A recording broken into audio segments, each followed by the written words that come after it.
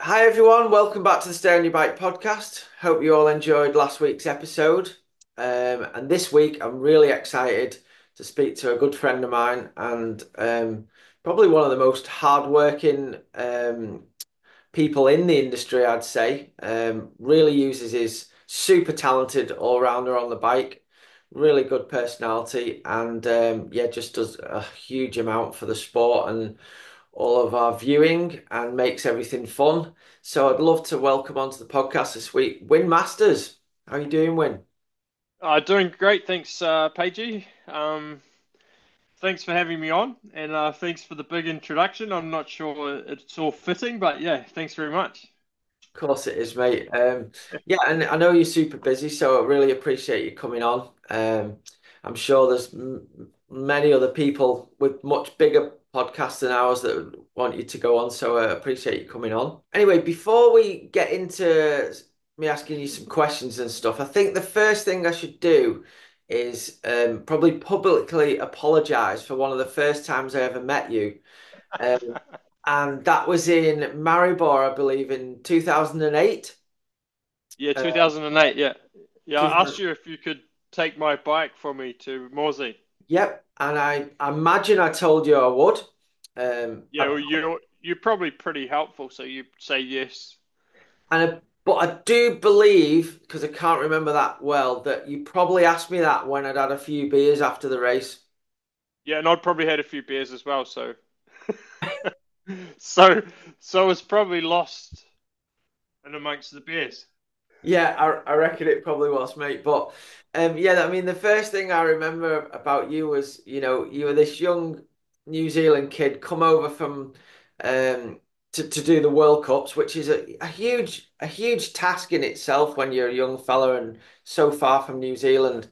Um, and I guess, I got introduced into you. I think you were staying in the same hotel as us, Yeah, and I was staying in Josh's van, which is in the pits, and then coming to and from the hotel a little bit.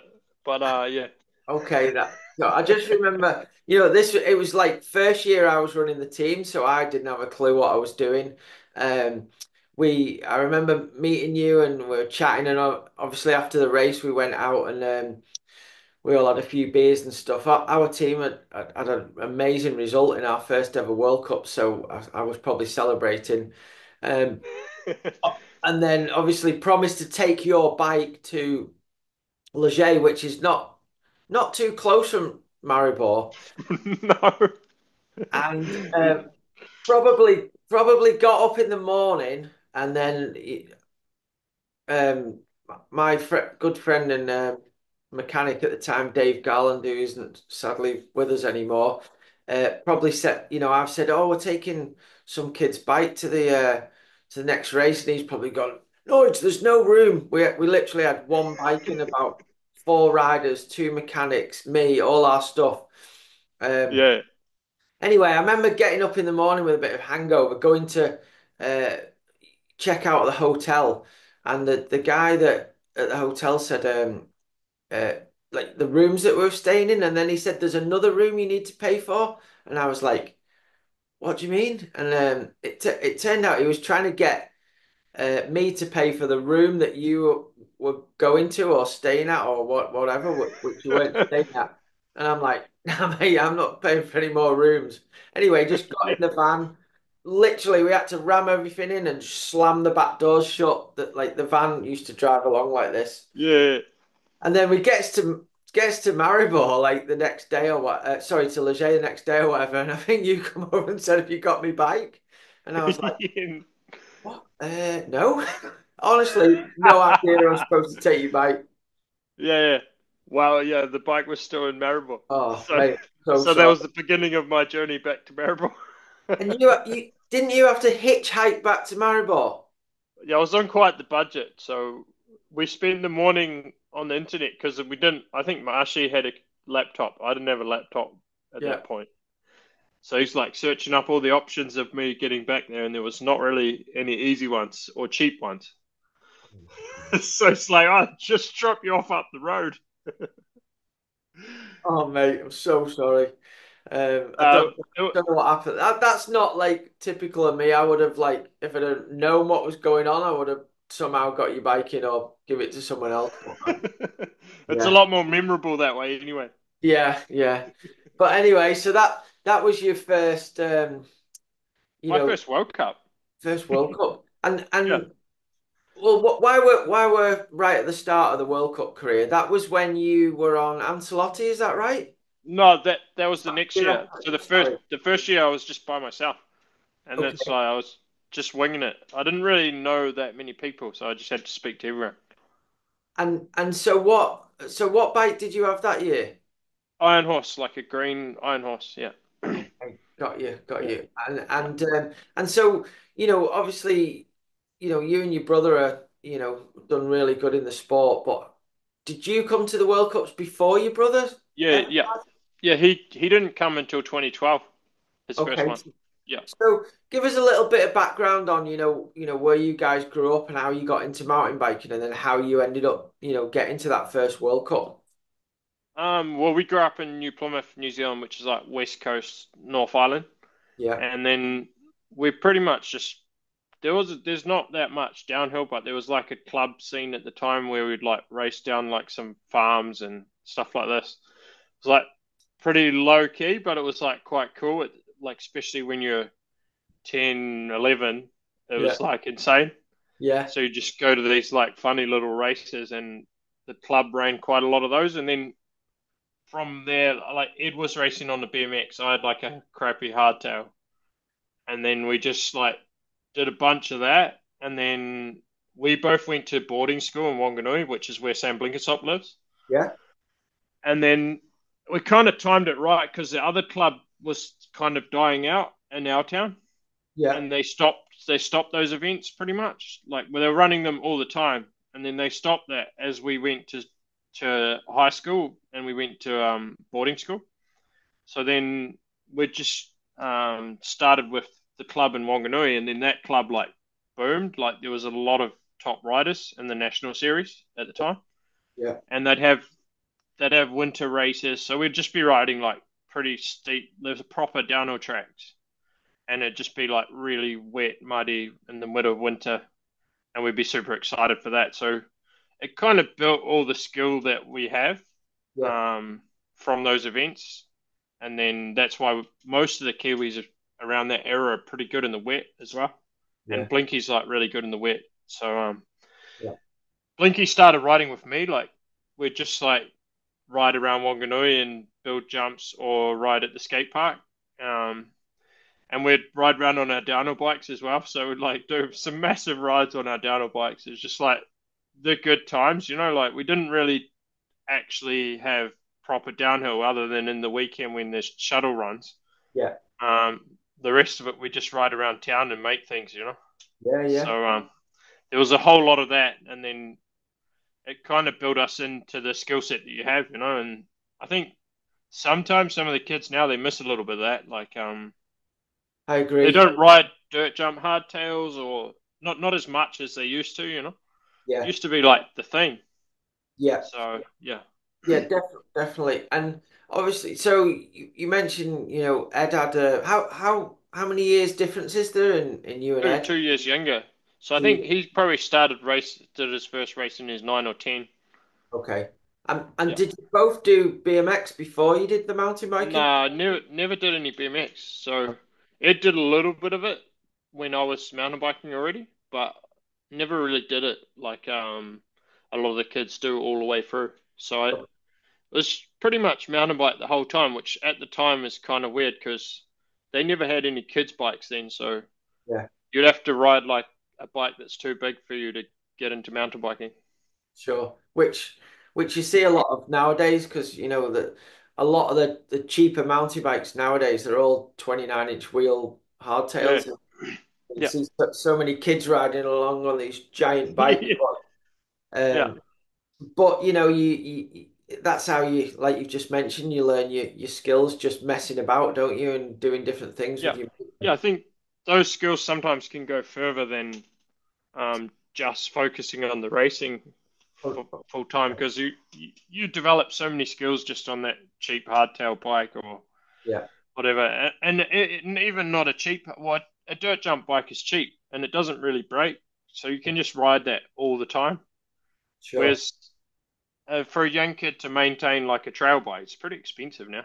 Yeah, definitely.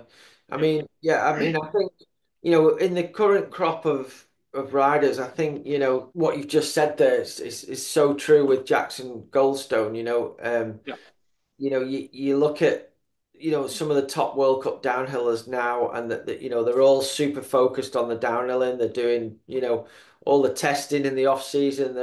They've got a gym program, a nutritional mm, program, an yeah, engineer, a trainer for this, that, and the other. And you can just like Jackson can come straight in and compete with them guys. And he's mm, just got, you can see all those different skills he learned as a kid, going dirt jumping, skate parks, just messing yeah. about on his bike, and all that is somehow translated into him being as fast as all them other guys straight away. And I Yeah, think, without the same physical strength. I think he's a little bit lucky maybe with his size. Like, not saying that being small is better, but if he was bigger, he would need more strength to hold on to his weight. Whereas, because he's quite small, he doesn't need that same strength that say I would need or so on. So I think a bigger rider would need to do more strength, but like because he's so small, he can kind of float down the track, and similar to what Laurie does as well. yeah, They kind of ride quite similar yeah, when you watch them together sometimes. yes, and but it's still like super impressive that how smaller guy he is and how young he is, that he can compete and beat the likes Yeah, of Loic and yeah, Finn it's insane. and It's insane. incredible, isn't And it? and then like that run was last like winning run, the Montsanan one was unreal. Like Yeah, he just floated down the track and he turned the track pretty much into a rhythm section, like he was just in the air the whole time. it's just unbelievable. It's Yeah, brilliant, and that comes back to what you've just been saying. You can see all those skills that he honed in, riding skate parks and dirt jumps and just messing about on his bike. And to me, Jackson just looks like, I don't actually know the kid very well at all, but he just looks like he's having fun on his bike. And I hmm, think I th as you always do, yeah, and when I did some racing back in the day, I was just there to have fun. Really, I didn't have any goals or ambitions to be a world champion or whatever. I just loved riding and doing all different things. yeah, I think that's so important for the young kids to do, rather than yeah. get to flipping youth age category and you think, right, I've got to focus on getting to a World Cup. It's quite a lot of pressure to do that. Yeah, and if they did then make it to be a professional rider, there's going to be like 10 or 15 years of that afterwards. So you don't want to start that too young and then be burning the candle already, I think. Like Yeah, yeah, gotta have fun at the end of the day because definitely. that's why you started in the beginning. So yeah, Yeah, some of them forget that in the chase for like ultimate performance, but I think so.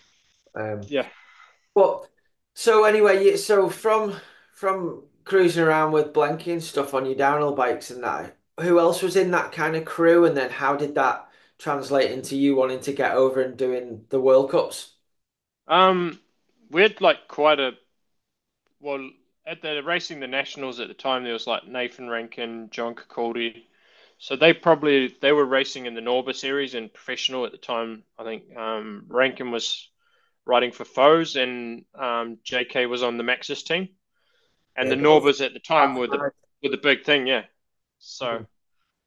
um, they kind of set the benchmark for us to look at, like be like, oh, you can do that, or you can become professional. They're making a living doing this, and their bikes look sick. Everything looked sick at the time. Like they both had like they were pretty stylish guys, and Yeah, they had like the sick looking bikes for the time. yeah, Like the foes looked super trick, yeah, and JK's Maxis M1 looked sick. yeah, So we were like, I want to be like them. So they yeah. set the kind of I don't know, Target. something. Yeah, they set a target for us to like kind of emulate. So we tried to be like them, and then from there, it was like, yeah, I we did like quite a few years on the national circuit. Was lucky enough when I was like 14, 15 to ride for Laha, which is Oh like a yeah. New Zealand bike company. Yeah. So they they gave me like at the time was like a full deal, like unreal for The, 14, 15 year old. I went around with the whole team. the For 24-inch all, back wheel. yep, yep, 24-inch back wheel, the Yeah. the OG mullet, Yeah. 26 on the front, and I had Mizaki shivers on the front of my one. Okay. Yeah. Um, in 2003, I think. Yeah. So I did all the national series with um a bunch of the older guys that rode for the team. Rankin was riding for the team at the time. Tim Nelson, another guy who was like super fast elite, who'd beat Rankin quite often. Yeah. And then so I just go around with them and did that for like 3 months in the summer, and they paid for everything. And I was like, wow, this is so good. No way. Like they had a credit card from an investor who invested in the brand, and we just went around and spent all the money. No way. And like I was 14, 15, I couldn't believe it. I was like, I can go to Subway and order whatever I want. And I'd be getting like 2 foot logs just because I could. Oh my God, that's funny. And we just ride all day pretty much. So like did the whole summer like that and won the under 17 national series at the time. So that would be like the youth for UK. Yeah. Yeah. And then went up to the junior category. Yeah. And then that finished because they had no money left, so surprisingly. Because you'd had all the 2 foot longs. Yeah, too many of them. No way. But so yeah, from there it was into junior, and then I think Blinky was like 1 year behind me, but I only did 1 year in junior and then moved to elite when I was still junior in the Right. national series because it was like that was kind of the only way to get better, I think, Yeah. was to be racing in the elite. And then there was quite a lot of good elite riders at the time. Like New Zealand's always had pretty strong riders. Yeah. You go anywhere in New Zealand and go riding with someone that looks like they've just come home from work, and Yeah. they'll probably smoke you down their local trails. Yeah. Like Yeah. Yeah. it's quite a high level versus a lot of places, I think. Yeah. No, I remember. So, what year would that have been then when you were, you know, racing in the youth and the junior category? What years was that? From first national race was in 2000, 2001. Okay. And then 2003 I was in the youth and I won that in the on the Laha bike. Okay. Because I actually did a national at a place called Dunedin. Yeah, it's super slippery. Yeah. Yeah, But obviously, I don't think I ended up coming. I think I came second to Nathan Rankin. yeah, I probably wouldn't have done if it hadn't have like rained, but rain. Yeah, because it was slippy and I was used to riding in slippy conditions, then yeah, I managed to get on the podium. But that I remember that being such a sick track. yeah. They still have races there sometimes. So similar track still, Yeah. which is So pretty mad. Yeah. yeah, cool, cool. And yeah, it seemed like the the progression for the riders from New Zealand at that time just kind of blew up because Mm. I remember Nathan Rankin. Obviously, he was always super fast at the Norbers, and he didn't always do all the European World Cups. I don't Nah, believe. not many, not many. Yeah, But he was more based in the US, and so was Capaldi. yeah. No, a good friend of mine, Michael Ronning, who rode for Mm. Intense, he always used to like have some battles with Capaldi at the Norbers, and I always remember Michael hated getting beaten by Capaldi for some reason. You always have a couple of riders that Yeah. are your mates and stuff, but you hate them beating you, you know? Um, No, normally it's when they're kind of similar to you. Like you're yeah. like, oh, I can't get beaten by him again. Yeah. Yeah. And have you had some of those riders over the years? Oh, not heaps, but there would always be like no names. You'd be like looking through the results. You're like, oh no, he And beat me. I knew. So, but I've got to ask this question. In the early days, would Bernard have been one of them for you? Yeah, me and Bernard probably had like quite a few battles. Yeah, And but I wouldn't say like I wasn't say he would be the first guy I would be like disappointed to be beaten by, but it would be probably up there at the time. I remember I was just thinking about it recently. We went on the trip with me and Brooke when we were riding for Ancelotti. yeah, We came to the UK and stayed with Bernard for a few weeks, and to go from New Zealand guys to the Southern English, it's quite a different mindset and like attitude, you know. yeah, Like Kiwis are like the opposite of flashy. yeah, And I wouldn't say Bernard was flashy at the time, but that's just like the kind of mentality in the south of England, you know? yeah. Like Sure. you're like it's like um what you've got, you know, a little bit Yeah. Well, compared to Kiwis who don't want to wear shoes to go to the shop, you know? yeah. Like No, it's like the on, on polar. well, that now I've got a famous podcast. You see, I'm representing Ferrari. Yeah. So you bring in a little bit of that flavor. Yeah, yeah. But Obviously, obviously, I've only got to a mug so far. Like, but yeah. And we couldn't quite believe it like how different it was, you know? yeah, But bet. I got on with Bernard already at the first race I did in Europe. I met him already Yeah, because I went to the Gouveia Maxis Cup and then his helmet broke and I had a spare helmet for some reason. Like I had two yeah. helmets because the guy in the Troy Lead distributor in New Zealand is like the ultimate legend and he'd always give us mad deals. Right. Shout out to Al Heine. He's like Oh, yeah, I've guy heard down it. in Wanaka. Yeah, he's a legend. Yeah, And he'd just give us mad deals, so we'd always have like heaps of Troy Lee stuff. cool. And I think the Lahar team bought a lot of it when we went there once, so it was quite good. Brilliant. So I had a spare helmet. I lent Bernard a helmet for that race, and then I had known him already from there. And then me and Brooke did that trip with him, and we were just messing with him a bit on the all the way to Slovenia for the European champs. We Yeah, drove there. And yeah, it was quite funny. And then we're sleeping in the on the front seats of his van. It was like pretty uncomfortable because he pulled into the hotel. I'm like, we ain't paying for a hotel, and there's no way we're going in the hotel. yeah, yeah, yeah, But yeah, we were running on a bit of a different budget at the time, and and also just coming from New Zealand, like if you're from the UK or from Europe, it's quite easy for you to go to Europe, and that's where the majority of the races are. So yeah, if you're from South Africa, the US, like Australia, New Zealand, or anywhere else in the world, it's pretty hard, like yeah, to make your money work in Europe for a start. yeah, yeah, It's not worth as much, yeah, and then also to go there by yourself when you're 20 or younger. yeah, Brooke was younger, but I kind of had to look after him a little bit.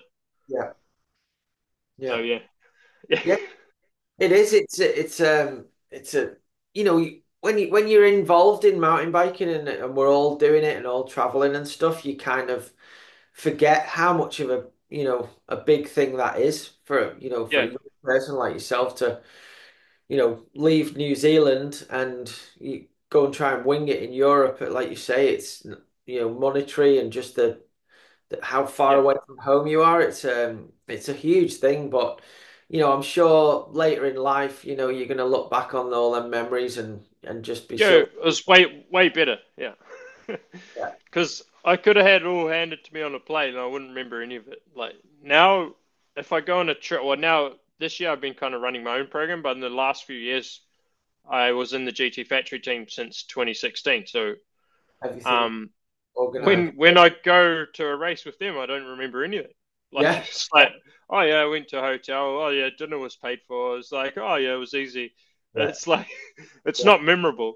It's not no, like, oh shit, I had to arrive and I had to find somewhere to sleep. yeah. I So know. then I met some guy that had a spare tent, slept Yeah, in his tent. You know, like then that's memorable. yeah, yeah. I know.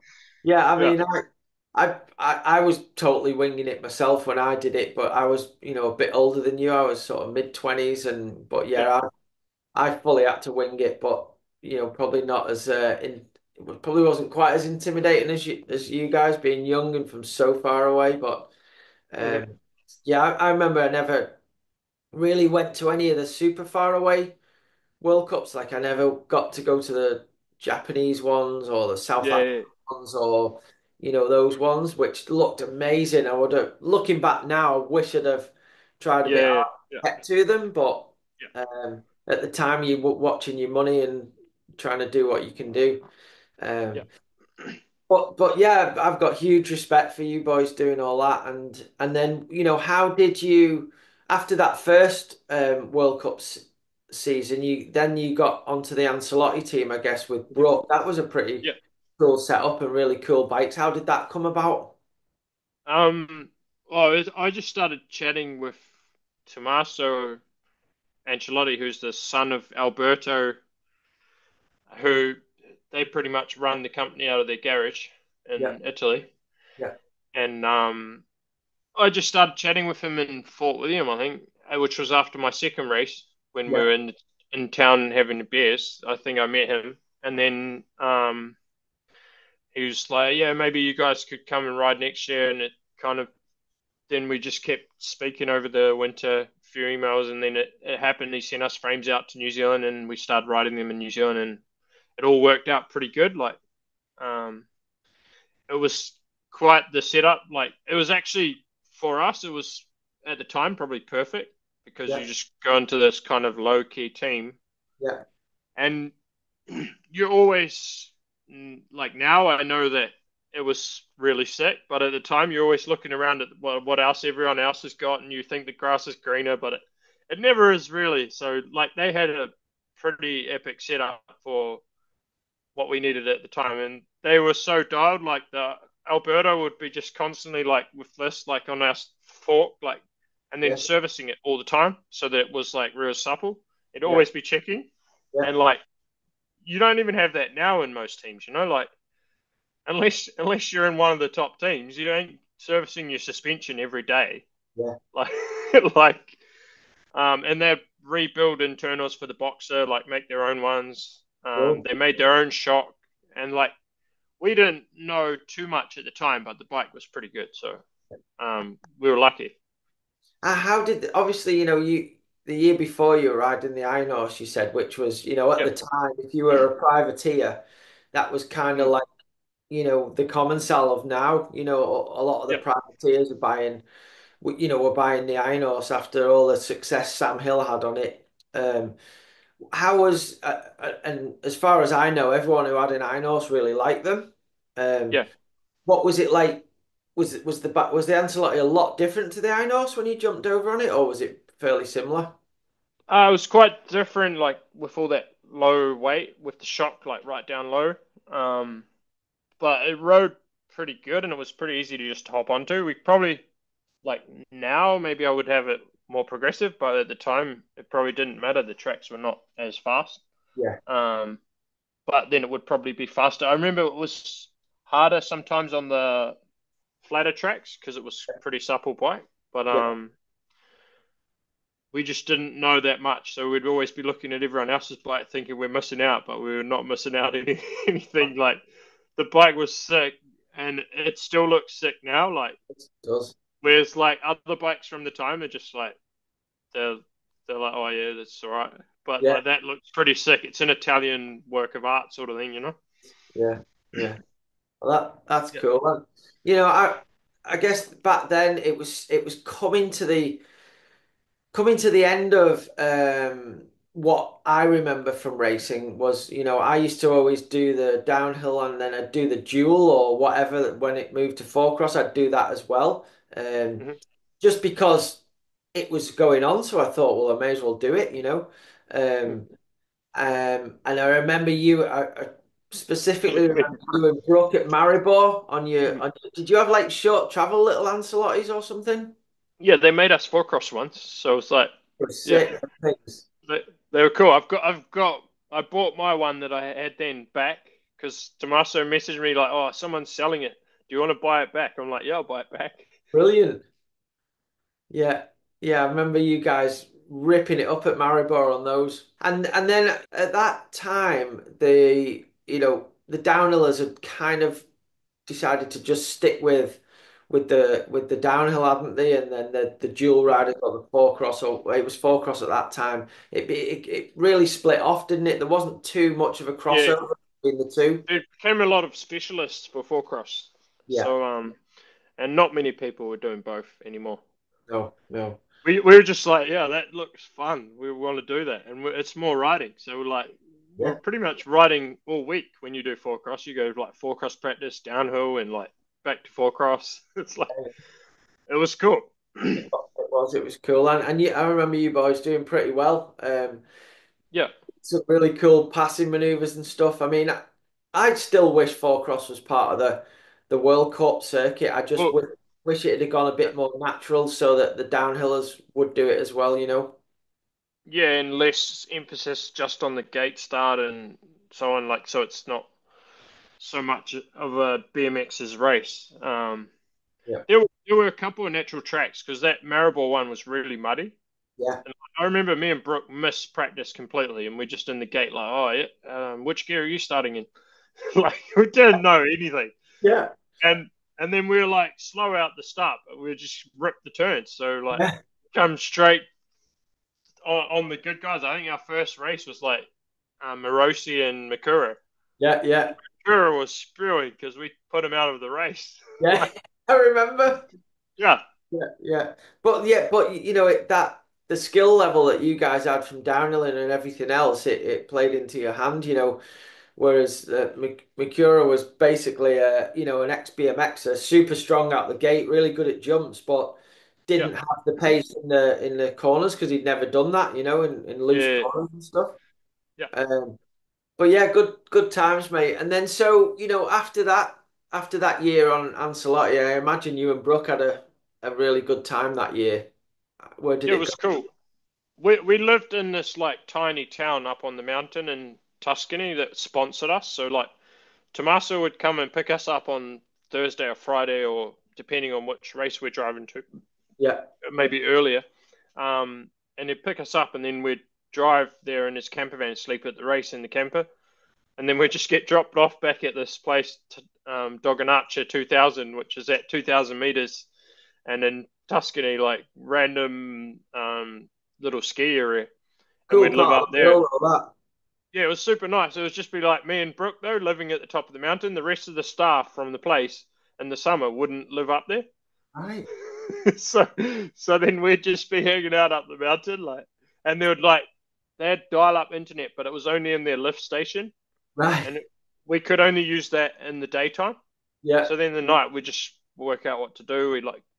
We get food from their restaurant, so they give us stuff to heat up, yeah. and then we just had to buy a cereal for breakfast, and that was pretty much like we lived up there. And we're like, it's kind of like part of the family that owns the place now because like they have so many memories of us, Yeah. and they wouldn't have known what's hit them when they see these guys show up. No.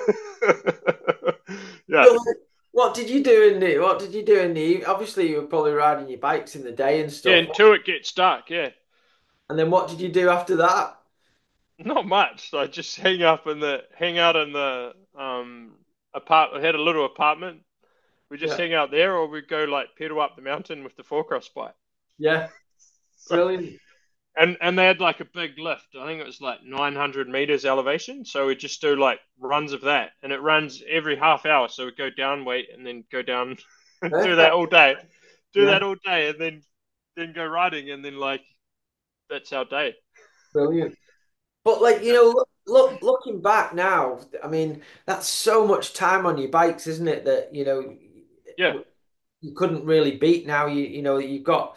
I was over at Steve Pete's at the weekend, and all the young kids now in the UK, they all go to Dovey Bike Park a lot, and yeah, yeah, and if you're in the South Bike Park, Wales, and yeah. It's not many option. Yeah, the amount of travelling that the parents and stuff have to do to take them to these parks every weekend is incredible and expensive.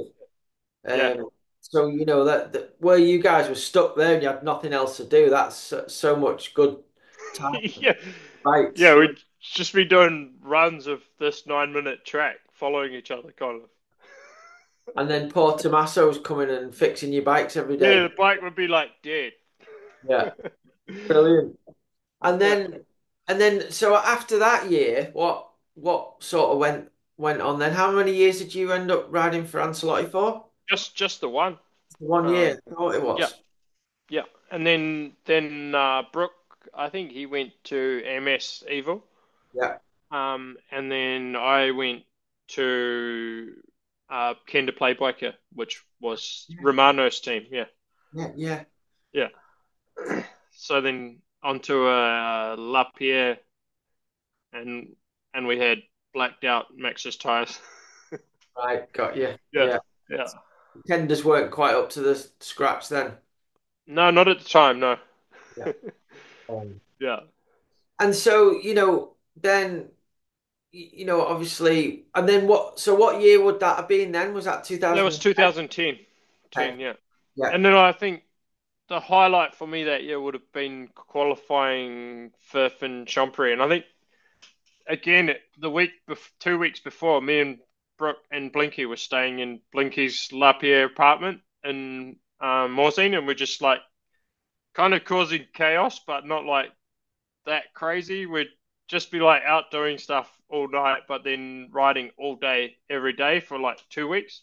And yeah, then we went from there to Chambéry, and I think Blinky qualified first, I yeah. qualified fifth, and Brooke qualified eighth, and we're No all way. pretty young.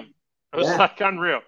that's So I unreal. was like, whoa. And I didn't expect that either because it was muddy as well, so it was like really hard, and I was like, that's not a very good run. Yeah. Yeah, And were you guys? I remember you guys were all on flat pedals at first. Were you still yeah, riding we flat were. pedals then? Yeah, yeah. Yeah, So we all rode flats. Yeah, yeah. yeah, And I think we've spoken about this before, but I think back then, especially when it was muddy on certain tracks, you could get away with getting a good result on flat pedals, couldn't you? And yeah. then I guess like nowadays, It'd be it's hard. a bit harder. Yeah, yeah, Yeah, yeah. It's uh, changed a lot from there. Well, like even Shumperi probably in the dry then it would have been. It was really technical, yeah, and even what it looks like now, I didn't see. I just saw some videos from European champs. It's still steep, but it's not as raw. So yeah, it and it was wet, so every corner was just like axle deep rut, and you had to be able to lean back and just swing off it, yeah, and that would be harder to do staying clipped in everywhere. yeah.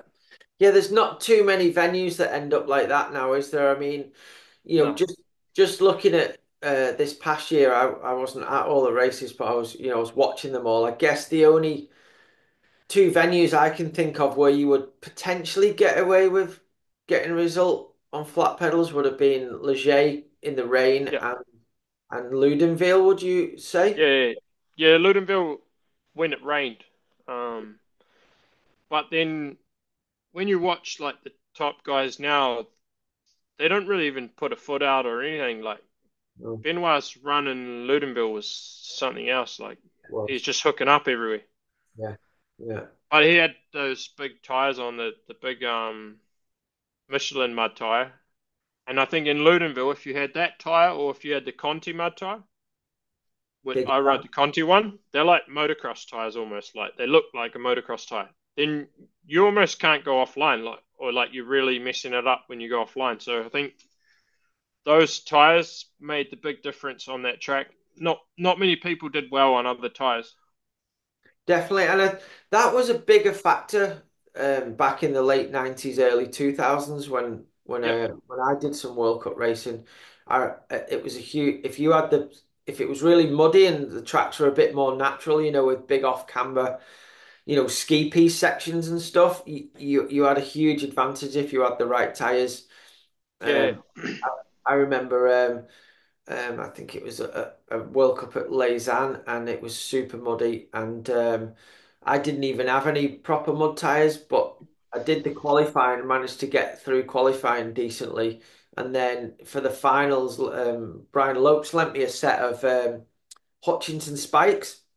hmm Uh, yeah, I just sort of set off a bit careful, like because I remember how it was in the semi-finals, or the qualifying or whatever, and then halfway, quarter of the way into the run, I just realised how much grip I had, and I just, Yeah, started getting faster and faster, and ended up with one of the best results I ever got at a World Cup, and that was definitely down to my tyres and stuff.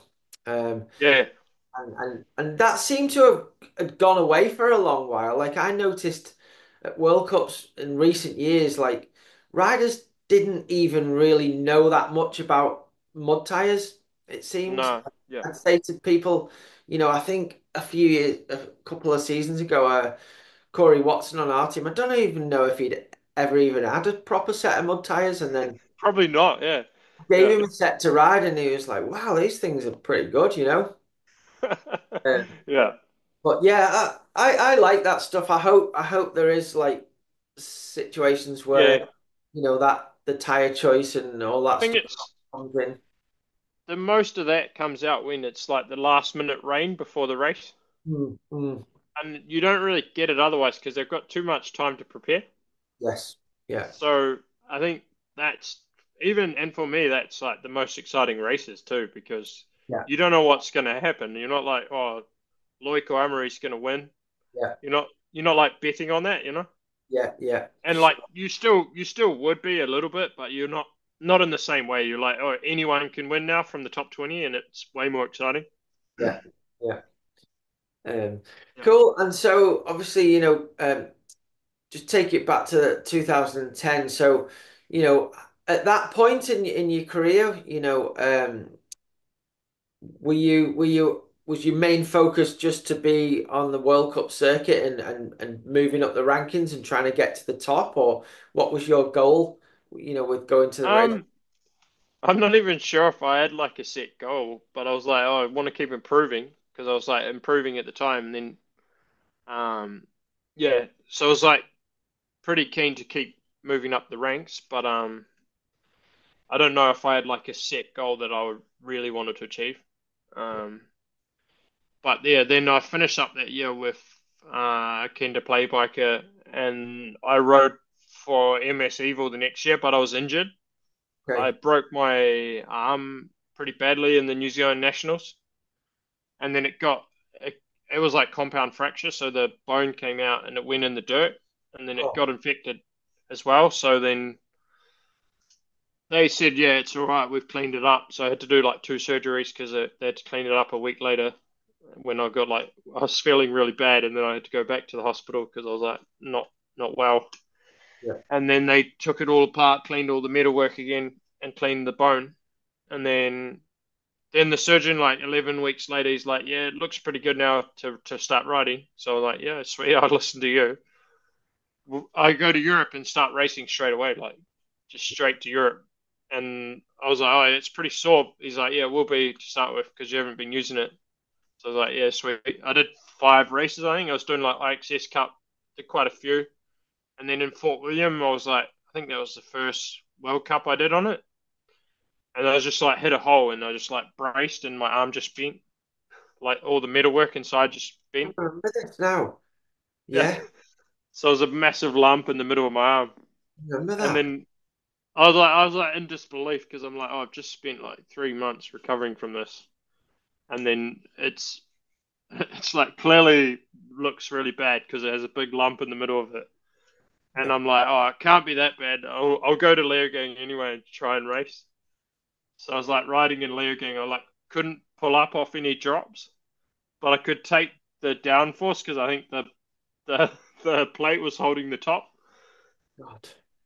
So I was just like, yeah, I was like, oh, I'll just deal with this for this week, and then we'll see after that. And then I qualified in Leogang. I just qualified into the final, so I did the final in Leogang. I think Bloody hell. not a good result, but I was like, oh, I still raced.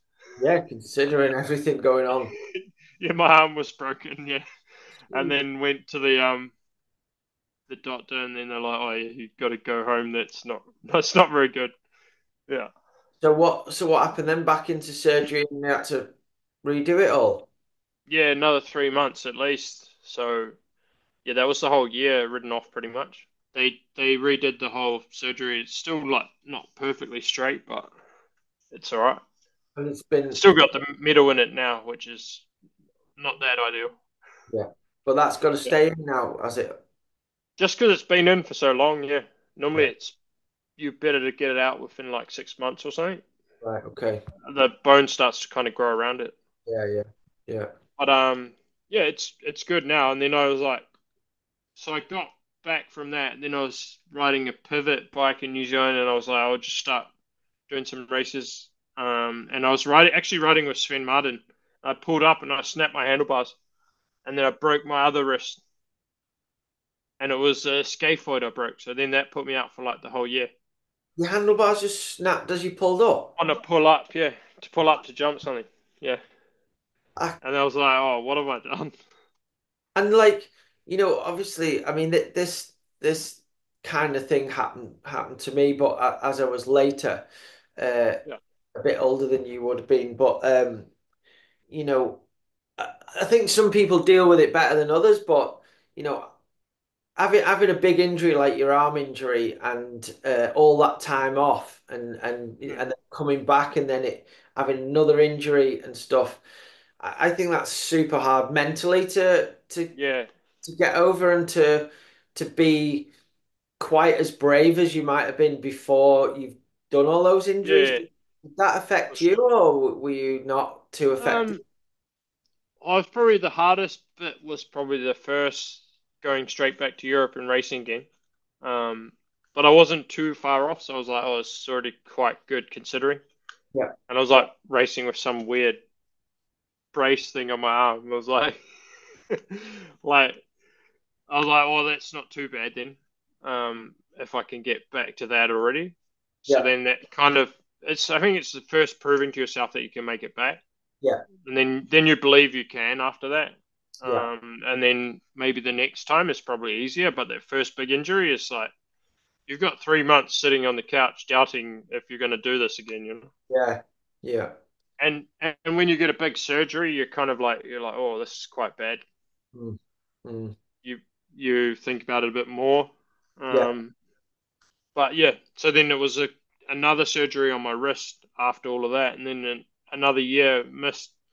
yeah, I came to Europe, but I couldn't ride yeah, because I was like, oh, it's going to heal, and then it never healed the scaphoid. So yeah, um, then I did a surgery and then another big recovery. They had to do a bone graft and move some blood supply to the bone because it was dying. So that wasn't ideal. So I missed pretty much all of 2011 and 2012. yeah. It's a And that was lot of yeah, time. it's a lot of races, yeah. Yeah, Because you generally with the racing you're building your experience, and even if you don't have a great race, you learn from every race. So you're kind of like getting better as you go. yeah. And everybody else is progressing, and maybe Yeah, some people that were behind you before, yeah, they're in front. Yeah, once they've gone ahead of you, and yeah, it's quite hard mentally yeah. yeah, definitely. Um, and so then, after that, and you recovered from that, you were back and you were riding a pivot, did you say? Yeah, I rode a pivot just for New Zealand, and then I had a deal with Roberto, who has the bike park in San Remo, Yeah, and he ran the shuttle service. So I was going to ride for his team in 2012, but then my scaphoid never healed, so I just went home. Um, I went to Europe and pretty much just went road riding on a trail bike for 3 or 4 months, and then went home. mm, Um, And then, yeah, pretty much from there, Mad Dog Boris called out, Boris Beyer, who's now one of the main photographers, and he was like, "Oh, we've got this brand Bulls." I'm like, "I've never heard of Bulls, but it's a yeah, big German company, yeah, and they want to start a downhill team with yeah, the magazine that I work at." So I was like, "Yeah, that sounds good." yeah.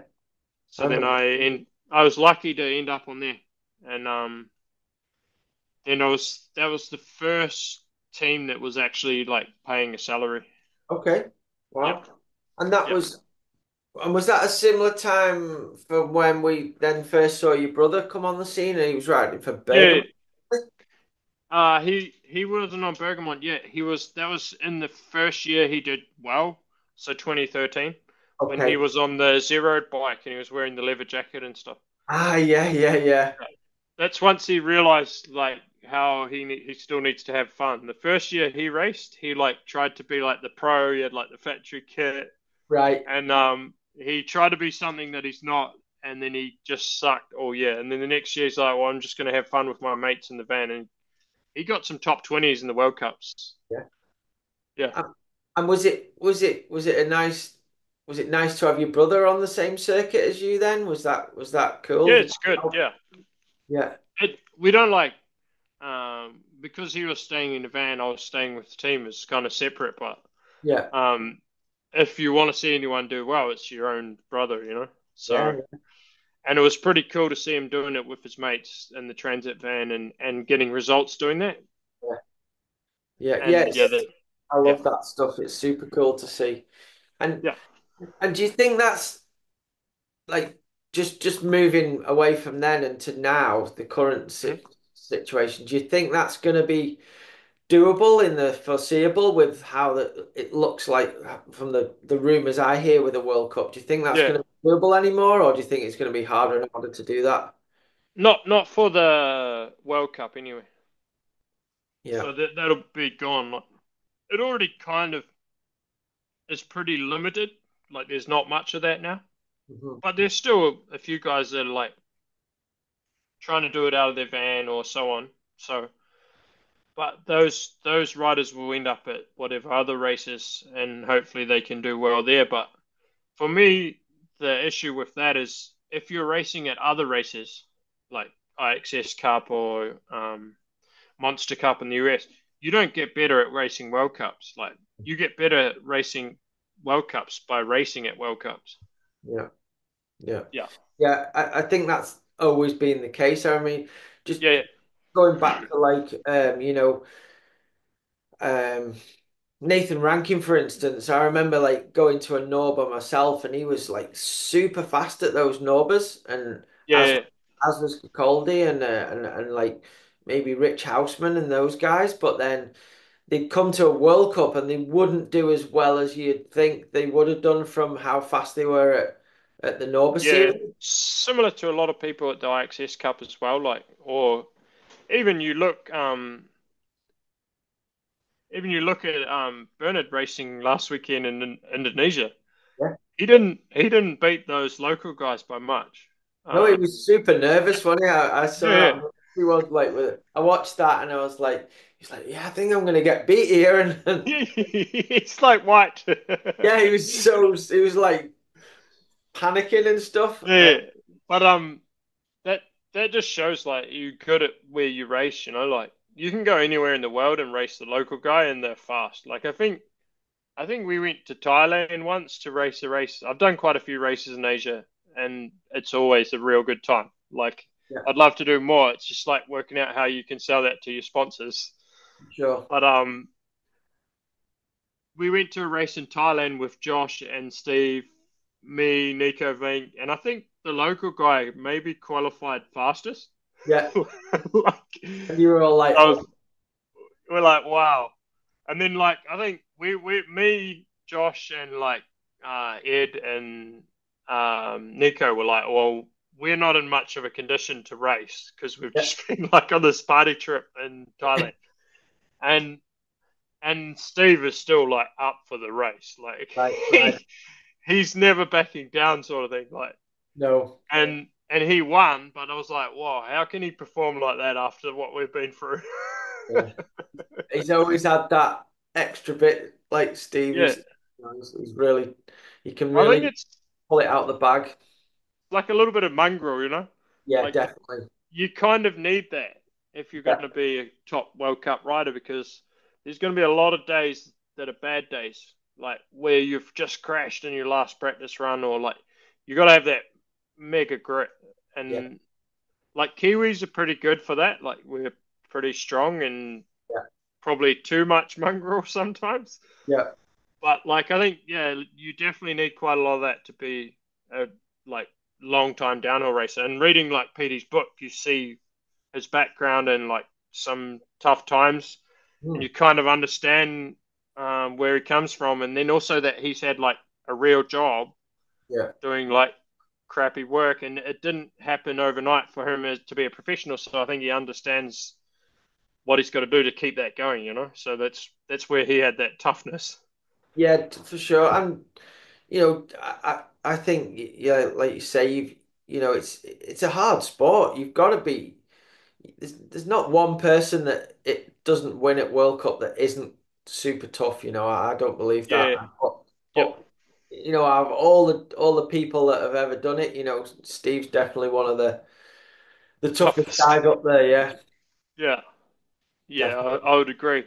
Yeah, Just from seeing behind the scenes over a few years, you know. yeah. Yeah, And one of the most competitive dudes and like hates getting beaten. yeah, he's going for the win at the Thailand Nationals. Yeah. like, like, and the other boys are definitely not going for the win. No, no. So that's But just the, yeah, the the little bit of extra edge that Steve's got on top of, everything else he's got. yeah, well, that's probably what's got him to where he is today, you know, like so. Well, yeah, definitely. And he wouldn't have got to there had he have not started mountain biking competitively and done that. You know, he would have still been plumbing or whatever Yeah, and riding a trials bike in the weekends yeah, and probably getting on the bears every weekend or every night. So definitely. it's amazing the doors that the sport can open for someone, you know. Oh yeah, And that's what we don't like for me and you understand we don't want to lose with this new direction and I think Petey understands it better than anyone because he's been to the top yeah. from the bottom, you know, and um, it seems like they will lose a lot of that with the way they do plan to go. Yeah, I mean, I'm a little bit out of the loop because I've not, been involved with all the downhill World Cup very much for the last few years. But obviously, I still speak to people and hear the rumors, and obviously things change as different people take over and stuff, and we'll have to see how it pans out. But yeah, it's interesting and a bit worrying as well. But and so obviously racing all them years up until the point that we've got up to, Mhm. you've had to work it and wing it and get Yeah, yourself back racing and stuff. And I think that's giving you a really good background and basics for where you're at now. How did you first get into like doing the all the media stuff that you do? How did that come um, about? oh, it started pretty early, really, because I was like, well, I kind of want to document a bit more of what I'm doing, and that first year on Ancelotti when I didn't have to pay for anything, like everything, like before. I still had to pay all my travel and everything, but I didn't pay everything, which is a massive saving. And you get when your bike's covered and everything's like good, um, it's a big difference. So Yeah, then I was like, I got home from that season and I was like, I'm buying a laptop and a camera, yeah, and I bought like a dad cam and a MacBook, and then which was like massive expense for me at the time.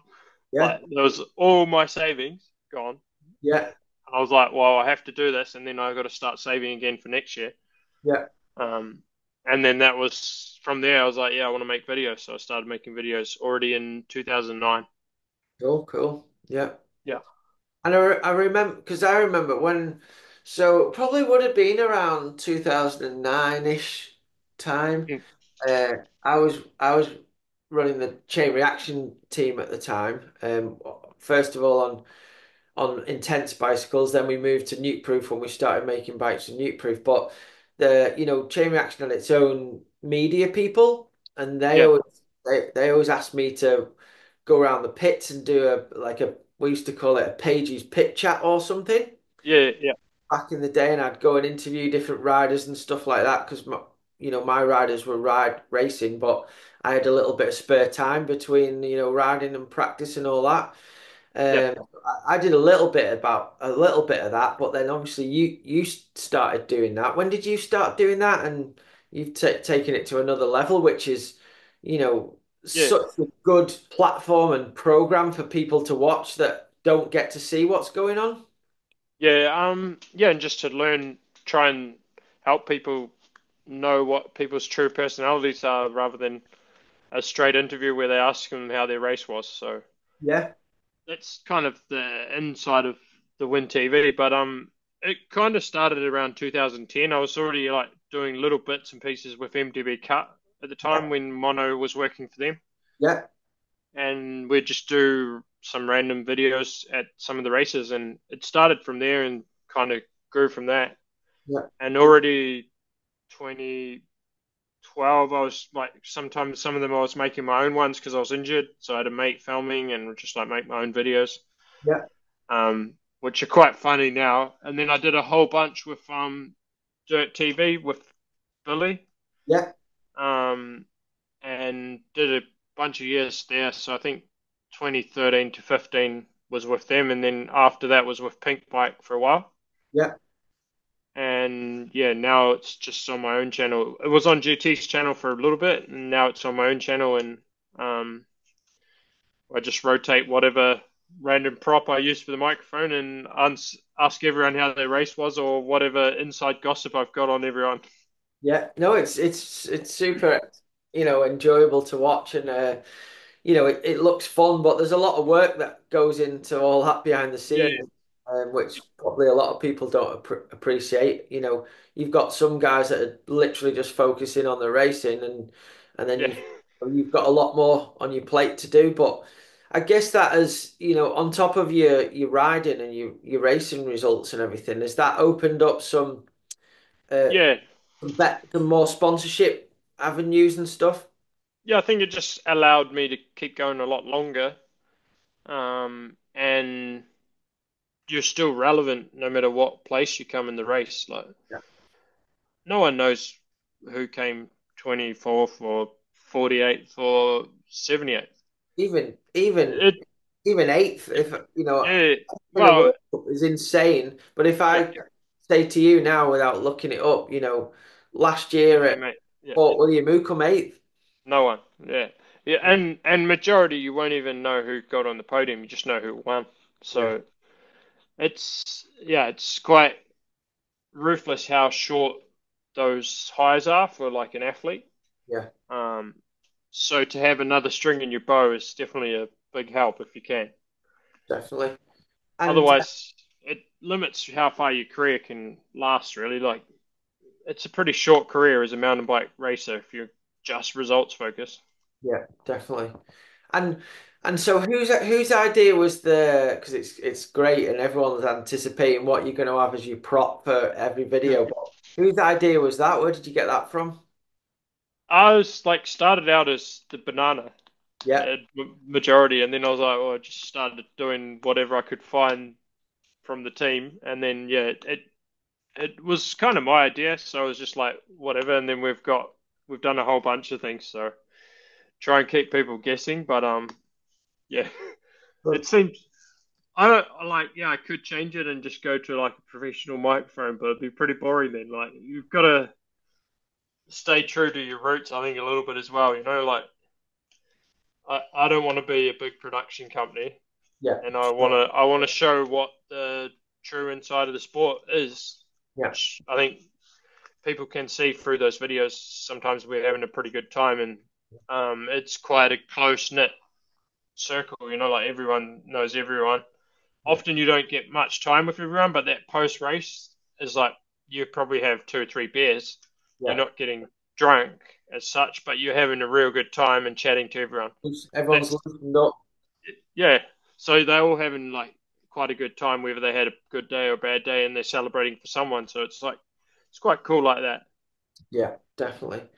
And so, and then, when was, um, going, I guess, back to sort of the mid-teens of the race season, it started splitting off, and enduro started to become Yeah, yeah. quite an important part of our sport.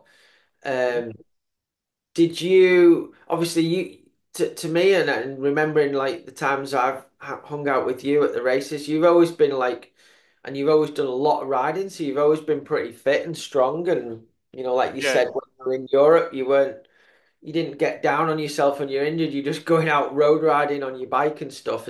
yeah. What did you think about the enduro scene and that time and where that was going? Yeah, I saw it kicking off, and I think it started in 2013 or so, Yeah. and then I didn't really do the first EWS race until 2015. Mhm. But I was like, oh yeah, this looks pretty cool, and it's like they're going riding all day. That's what I like doing. So I Yeah. was like, I want to do that. And Yeah. then 2015, the Bulls were like, oh yeah, you can do some. Um, they didn't have a good bike at the time. Like, it'd last me like a week, a frame. Yeah. So I could buy a Santa Cruz.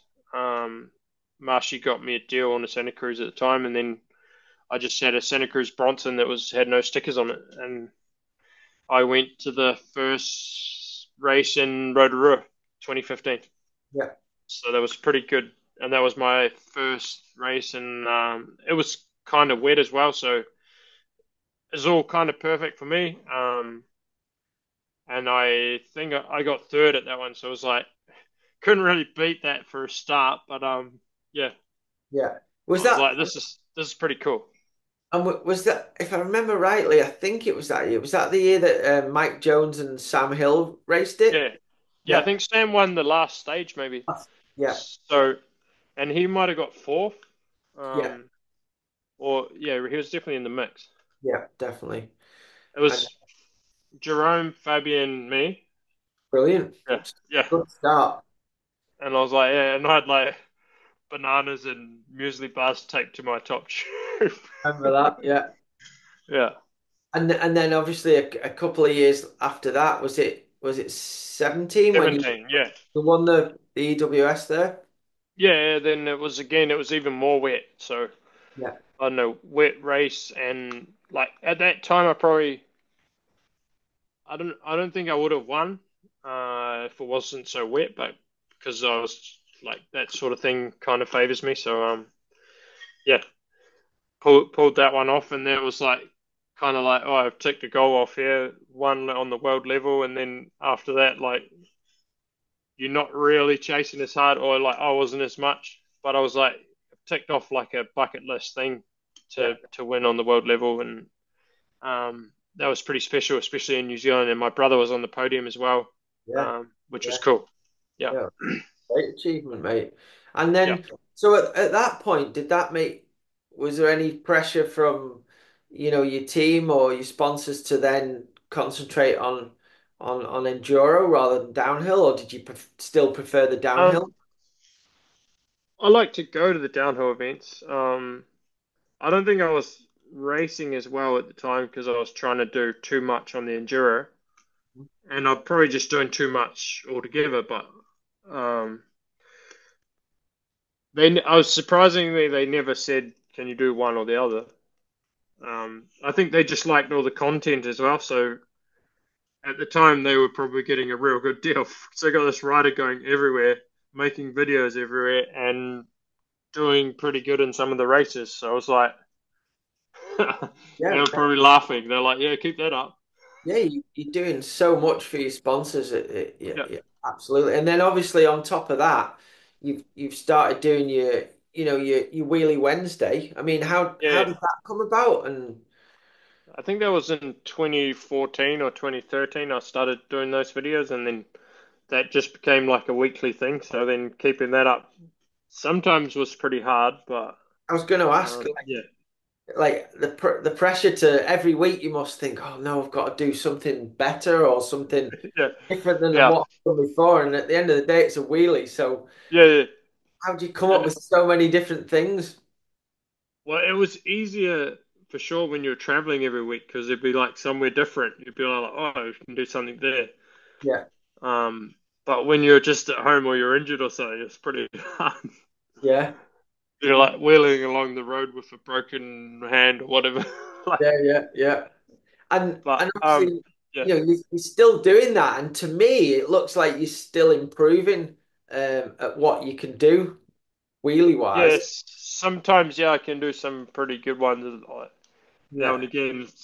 Normally some of the jump stuff, jump to manual or someone like on a big jump, sometimes is good. yeah, There was the US Open one on the whip off jump this year was like super hard, like because the jump was so steep and kind of short. yeah, When you want to land in a manual, you push through the lip and yeah, you go like a dead sailor. Like if you don't land the manual, you look like a squid. yeah, Um, but yeah. because they're pushing through a steep lip, I was going like way too far or too short. I couldn't judge my speed very good. I had to go Okay. kind of slow, and you've got to land like right on the point. Yeah, yeah. Um, and that took me quite a few goes. Like last jump of the that before I was going home, I got it. So I was On it. like, yo, finally. I was like, well, now I've tried this. Like after a couple of times, I'm like, I have to keep trying until I do it. Otherwise, I look like a squid. Yeah, So I was like, I had to manual to the corner and round the corner. brilliant. And you know what? So with all the different stuff you do, you win TV, you Wheelie Wednesday, you're racing, everything. Where have you had the most impact? Would you say in like the most following? Because Mm. all of the different things you've done have become really successful. It's hard to say because like sometimes I get like you're the wheelie guy, Yeah, and then like other people will be like they know the WynTV, yeah, so you get a bit of a mix of people. yeah, Um, but I think it's probably like for me the most fulfilling is like being able to help other people to then go on their journey, like yeah, when they're just starting like I was, or probably not like I was because I would have been doing it rougher than that, but yeah. But in a you similar meet there, regard, like yeah, yeah, just little things to be able to point, even just point kids in the right direction, and then that grew in like the privateer award at the World Cups, and then now it's this past year was a whole program around that. So to see the success of some of that is like pretty special. And to see kids live out their dream and become a professional rider rather than like with a little bit of direction, sometimes it goes a long way. And probably maybe I would have needed some at the time myself as well, but you don't know what you don't know at the time. yeah, for sure. No, well, that's so cool that you do that. And where did that idea come about from? I was like, I listen to Pulpy Max podcast sometimes, which is like a motocross one. Yeah. And they'll talk about every single race. And they do this privateer fun thing where they auction a bike and they have a privateer race. It became a privateer race now, but it used to be just supporting privateers. Okay. So it was like, oh, that's pretty cool. Like we should do that, and why don't someone do that in mountain biking? I was like, well, just started a GoFundMe and started doing it myself. Because of like, and then giving away an award at every race for the Hmm. fastest or best privateer. It depend. Sometimes it wasn't the fastest, or it'd be like the guy with the worst bike or the Yeah. best backstory. Okay. So there's sometimes a lot more to the story than the result on the bit of paper, and it's good to tell some of those stories because then sometimes those kids got noticed because of that, Yeah. and without that, people might not see their result on the bit of paper. Yeah, definitely. No, that's cool. And then obviously on the other side of this, because you're doing all these different things, you obviously, you're in the public eye a lot more than, just, maybe like we said before, just a racer that does nothing other than racing, but doesn't hit the podium every weekend, but's a super amazing Yeah. racer. How do you negotiate your contracts and stuff like that? How do you put your worth on what all the different things that you do are? Because Um. at the end, normally if you're just a racer, you talk to a team, they maybe sort of offer you what you that they want to offer you, or if you're a really Yeah. successful racer, you tell them what you're looking for. How does Mhm. that work with yourself? It's kind of tricky. So it was under the team. There's probably years where I would say I sold myself cheap, but I stuck with one brand for a long time, so that's like really valuable. Yeah, I've been on GT since 2016, Yeah. and that's yeah, I think it's next year 10 years, so that's pretty special to do 10 years on one brand, you know. Oh, absolutely. And I think it's super cool that, GT have, for one, I think they appreciate what you do, like all round. Hmm. And and obviously GT is a super iconic brand. It's sort of gone, it's had its ups and Up downs and down, yeah. over the years, but they've stuck with you, and I think you're super valuable for that brand. Hmm. So that's super cool. And I did a podcast with Clive the other week, and he was giving me a little bit of insight on what GT's doing and where they're trying to go to Yeah. to kind of to kind of bring back the brand. I mean, there's so many brands now. It's you've got to be doing. You got to do something a little bit different, I think. Yeah. Yeah. I mean, going back from when I was racing, intense cycles was super cool when I Yeah. started out. And Santa Cruz was less than intense, I would say, but they were kind of For sure. connected. Yeah. And Yeah. then, with what Santa Cruz and Rob Roscott did with that brand, it just elevated Yeah. it to the top level. Well, And it went to the very top from just not too much at the time, you know.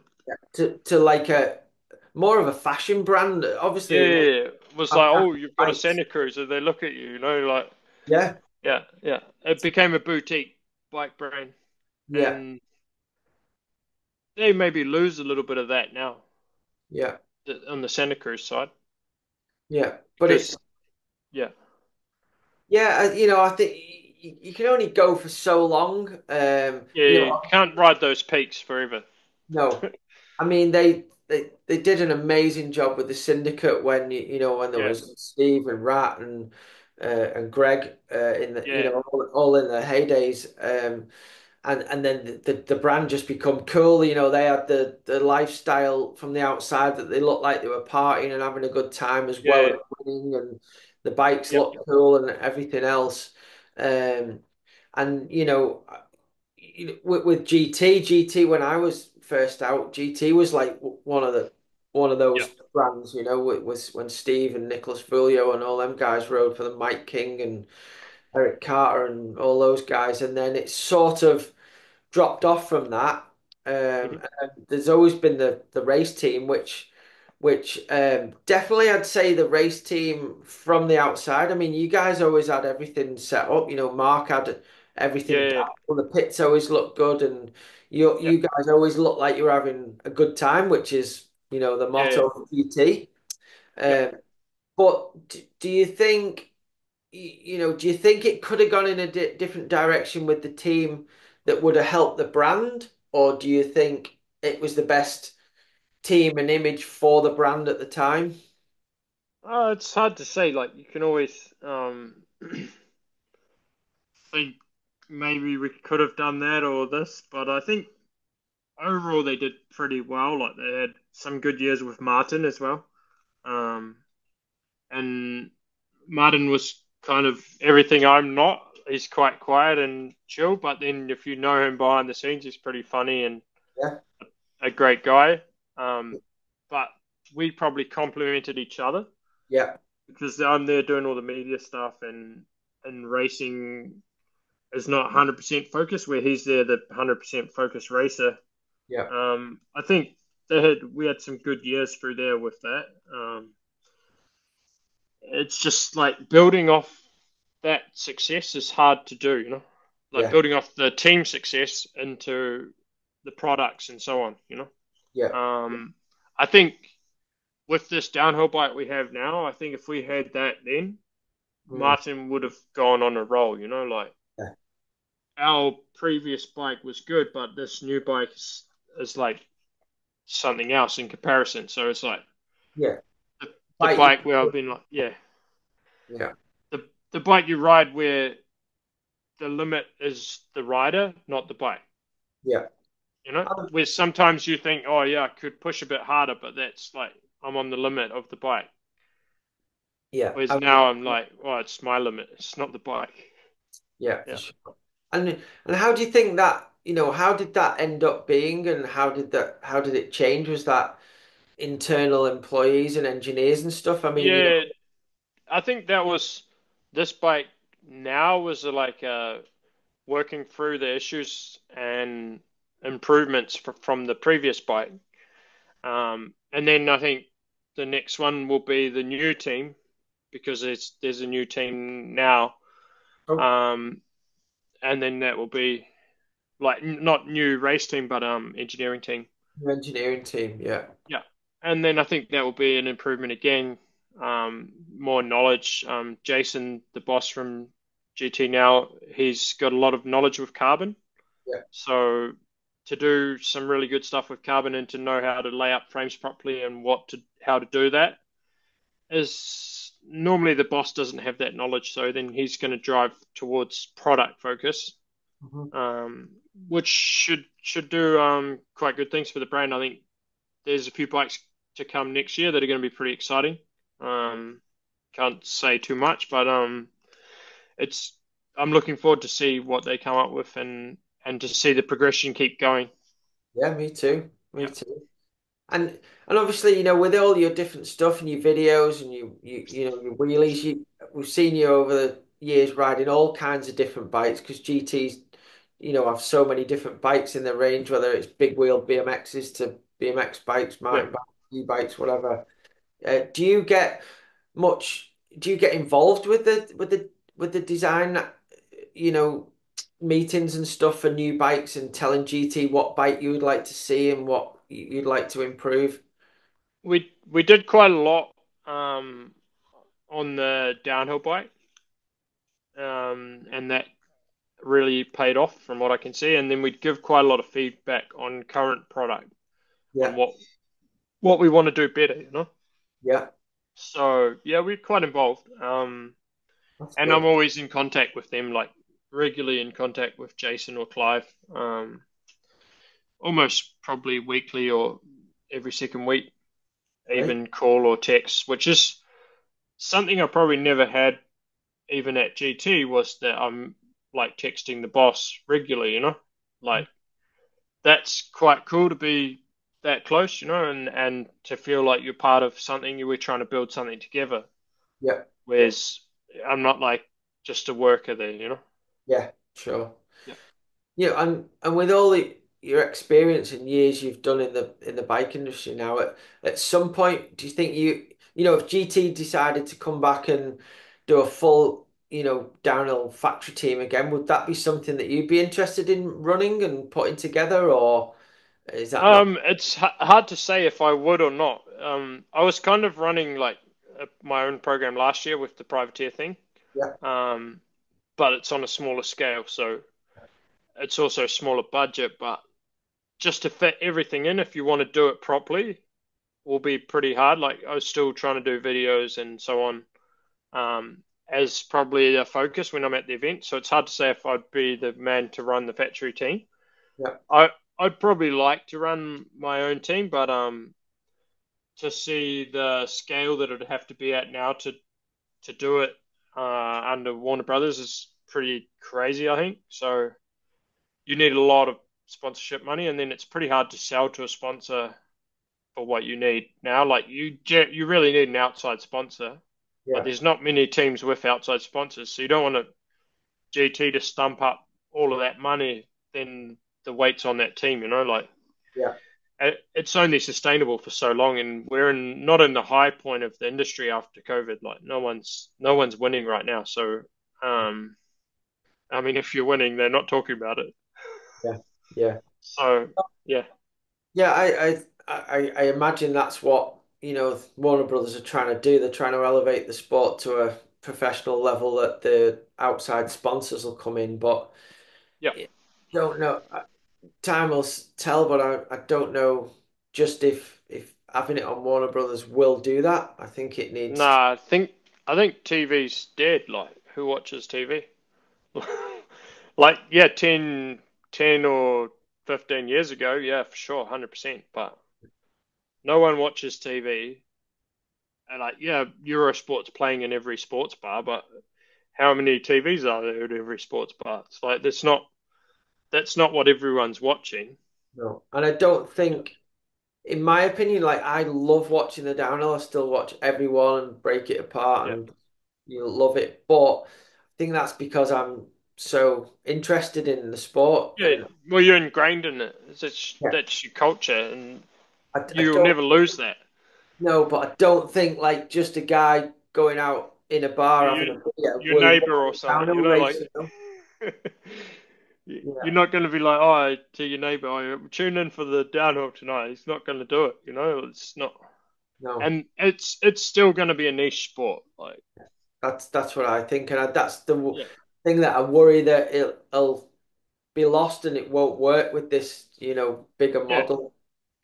Well, Uh, and yeah, you turn it to something that's not really authentic to the sport. yeah, So, um, yeah, it's not like true to what mountain biking is. Mountain biking is like going out in the woods and riding with your mates, yeah, and that's the sport. Like you don't make the coverage like a golf coverage, and it's exciting. It's not. That's not how it's going to work. It wants to be like edgy and exciting. You need that excitement in the commentary and everything, and you need like a bit of vibe. Like yeah, I don't know, it needs that to get you excited. I think. sure, yeah. Yeah, I mean, Yeah, I think, for a wider TV audience for mountain biking, I think the multidiscipline racing is actually better where you can have a small show and yeah, people can watch head-to-head racing and they can understand it pretty easily. yeah, Whereas, a downhill race, if you're not that into it, you don't appreciate how hard the tracks are and how yeah, difficult what they're yeah, doing and the different lines that people are taking that we notice. yeah. Uh, that's Yeah, if that's it's more wet and more technical, it actually looks worse to the average viewer. yeah, Um, but it looks better to us. But yeah, then if you go also the other direction, if it all is fast and simple, everyone looks the same as well. So that's not exciting either. It looks like a ski race. Like some of the races this year, you can't tell the time differences. You can't no, see it. no. When you can see it, it's exciting as a core viewer. Yeah, definitely. And then obviously I guess we need to, talk about the commentary. The commentary Yeah, has gone but a bit more professional these days, I guess, because they're yeah, trying to make it professional. But for me, I need the commentator, especially in downhill, needs to be excited and fast pace. yeah, to bring up the Lift. the race Yeah, run, yeah, Uh, I think that is part of it, and in my opinion, it was so good when Rob was doing it. yeah, He's got yeah. that voice and just Well, he just can he can lift the whole thing, the intensity of the viewing. yeah, Like, and it gets more intense as the excitement lifts in the run, and he lifts that excitement with his commentary. yes, Yeah, definitely. yeah. Is that something you'd ever be interested in doing? Do you think? Um, it'd be interesting, but I don't think I fit the bill as the clean cut golf commentator. I think that's the problem, though. I think they're going the Yeah, wrong way with that. yeah, Personally, I yeah, think the sport needs personalities to do that, yeah, because those personalities, the core fans will relate to that, and they'll more likely stick with watching the sport and paying the money to watch it. yeah. No, I did a voice test once for them, but that's as far as I've gone. So maybe my voice was not quite the right sound. That's what I got told once as well. Yeah. Um, but cool. So moving forward with GT, and I believe you signed another contract with them for a number of Yeah, years. another 2 years. Yeah. That's awesome, mate. Yeah. That's a big pressure off your shoulders, especially in the current times. There's lots of people losing Yeah, their it's contract. hard. Yeah. Yeah. Um, and so what are you going to be doing from here? Just more of the same, or is there any new stuff that Uh, you're doing? we're like in the midst of working out a plan at the moment. I'm not sure if we do all the World Cups or not, 100% yet. Um, it depends on what we can work out there. Yeah, But if not, then there's quite a few other events that are on the way up. So I think like would be cool to be more involved in some of those as well. The hopefully the US series can grow into being the really big thing, like the Norbers used to be. Clay Harper there is doing a pretty good job to build that. So it's epic to see how much he's putting back to the riders as well. Like his focus is making sure the riders are happy as well. Um, it's quite a good approach with what he's doing. So he rides and races himself, so he gets it, which yeah, is pretty cool to have someone like that in charge. And then probably do. I did the Red Bull Urban race in Italy the other week. yeah. I'll probably do a couple more of those in the next year. Those are pretty That fun. For me, that was like the most crazy atmosphere of the year. was it. Yeah, And some of the features that they're building look so sketchy. yeah. The shark fins there were kind of scary in the practice. Yeah, They were quite sharp, so you had to be pretty dialed on them. And you're going in fast, so it's hard to judge speed. yeah, And then you've got a jump that was 12 meters in your first practice run. It's 14 meters in your second practice run. You like how do you yeah, adjust for that? You know, like but when it gets to the race, it was like unreal. It's like yeah, massive crowd, big vibe. So yeah, quite enjoyed those events, and the South American runs are insane. I've done Valparaiso once, so I'd quite like to go to that again. Um, just the vibe there's something else. So yeah, I appreciate that atmosphere, and I haven't felt like not all the World Cups, but some of them have been great this year, but some of them have been pretty average in the finish area and so on. yeah, And it's been like quite strict who can get in there and who can do what. So um, you miss a bit of that sometimes. yeah, yeah, And then those races are not short of that. They've got a lot because it's a pretty gnarly track, and everyone just pops out of their house and they can watch it. So in Genova, you think you've got a city of 700,000 people in a small area, and that doesn't take many of them to come out of their house to have a massive crowd. And yeah, then no, Red Bull, I think Red Bull really put it on for them. Like they'd have a screen, a DJ at some of the features. yeah, So then they're all watching the feature and they can watch the live race. yeah. That's brilliant. Yeah, for Yeah, sure. I mean, yeah, it's. I was saying this to somebody about the enduro scene the other day. Some, some of the enduros that I've been to and you will have been to, like yeah, you get some of the they, best bike riding you could ever do, like in yeah, the mountains. But yeah, as a race for enduro, I think the best ones I've been to for the atmosphere are places like Medina, yeah, Rotorua, even the Tweed Valley here, the race that yeah. they do in Ireland, where all the crowd. Ireland, yeah, it was, or they could follow the race. Yeah, I think that's better for a race series. yeah, I know as a rider you like to do the huge big mountain yeah, stages in epic. the middle of nowhere, but there's Yeah, literally no one watching. no, It's and you can't show that how cool it was. no, Yeah, no. only rider that's doing a good job of that is Jack Moyer. He's Um, yeah, incredible yeah. job. Yeah.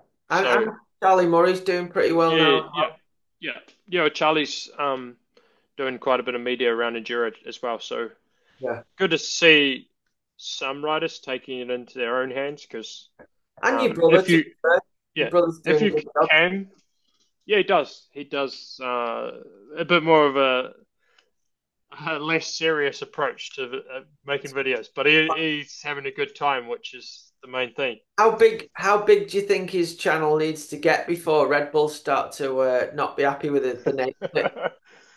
I'm not sure because they still let him come to their events. So I'm joking. I hope it yeah, never comes to that. I I don't They think should just sponsor him. I think it would just be the wrong person at Red Bull seeing Yeah, it. yeah, Someone that doesn't know the sport. yeah, But definitely. the bike crew at Red Bull's pretty good, and they're Yeah, doing a good job with their content. Like the content from the urban race and stuff was unreal. Like the feedback from that is pretty big. So I was like, may as well do some more of those. And then some other events. If I'm not doing all the World Cups, then there's quite a lot to go at, I think. Um, And and it's good to have something different kind of to look forward to sometimes because definitely. 16 years of the same thing can get a little bit monotonous. Yeah, If you go to the same venue, stay at the same place, it's the same thing. Yeah, absolutely. And I guess, obviously one event we haven't talked about is Hardline. yeah. Will you be heading out to Medina again for that? I'm not sure yet, so I'll see if they want me to do some media there. I don't want to ride it. I wanted to ride it last year, but then they want to make it bigger, so I don't really need to. Like a 25-year-old me would be there with Yeah, bells on, But yeah, at this point, it's not. I've probably got more to lose than to gain. yeah, And yeah, I could probably ride it pretty chill. Like I rode a lot of the track last year, but not like the big features, but just with my trail bike because I was doing video stuff. yeah, Um, and it's a sick track. Like that was so fun. yeah. Um, Look fun. But but you just yeah, mentioned that they want to make it bigger. What happens then if they do make it all bigger, but then it rains? yeah, then you can't do it. So it must be a super fine balance. Yeah, yeah, I don't know how you'd manage that. Because even at the point it was at now, if it did rain, it would be really hard.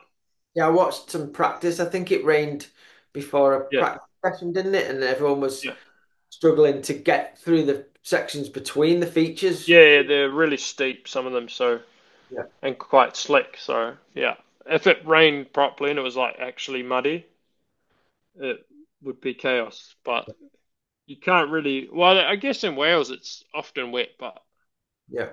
But it's almost it's thinking, built to be wet. yeah, Yeah, yeah. I was going to say that it's like where I live in the Tweed Valley. It's actually when it's really wet, it's actually grippier than when it's really dry. yeah, yeah. Um, but so do you? And then obviously with the World Cup going the way it's going with more elitist and there's going to be only so many big factory teams that might be able to afford to do that.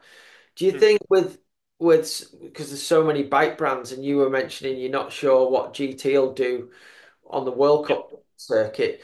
Do you think some of these other series, like Hardline, like obviously yeah, we've got Rampage, and then the Monster Cup in the US, the IXS. Do you think some of these bike brands will be able to maybe have teams and big name riders to do those other events that can just elevate their brand? Because kids will watch everything now. They're not just watching the yeah. World Cup. Um, No, and it's about your brand recognition and having cool athletes on your brand sells your bike just as much yeah. as winning a World Cup, in my opinion. Yeah, Just yeah, I think having the right athletes, like you look at Jack, for example, doing all this content at the enduro when everyone's saying enduro's dead, but everyone wants to see more of his stuff, like they want to see what's happening and how his weekend goes and so on. So, yeah, I think the other events will grow from this, and hopefully to a point where they're competing almost, because then yeah, say the Monster thing in the US got big and Monster really backed it, then it can be huge. Like yeah. the Like sky's kind of the limit. Monster's massive. I yeah, think it's bigger than Red Bull now. look at the Supercross. That's all a Yeah, Monster Cup, isn't it? And yeah, yeah, that must cost a fortune. So I really hope it does go that way. And yeah, that might be a good opportunity for you with being on GT and a an American brand. You guys could yeah. It maybe would be be cool. Yeah. behind that. No, I think there's definitely quite a few options there. And then the IXS series will probably grow because everyone's going to want to be able to race in the World Cup. So I think that will be the pathway to That get to a will World Cup. is there already some plans for that to be the I case? th I think so. I think it's not going to be um, Warner Brothers thing, but it's going to be a continental event to be able to get a World Cup start. Maybe not all of them, but certain events.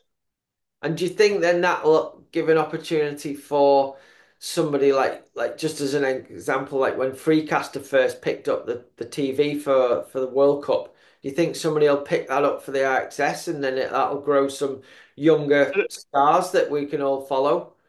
it'd be cool if it does, but I'm not sure if you can afford to do that easily, Yeah, Um, for me, the worst thing is like, say, because they've got this 15 teams for next year and then five wildcards, so 20 total. There's 47 in the pits now.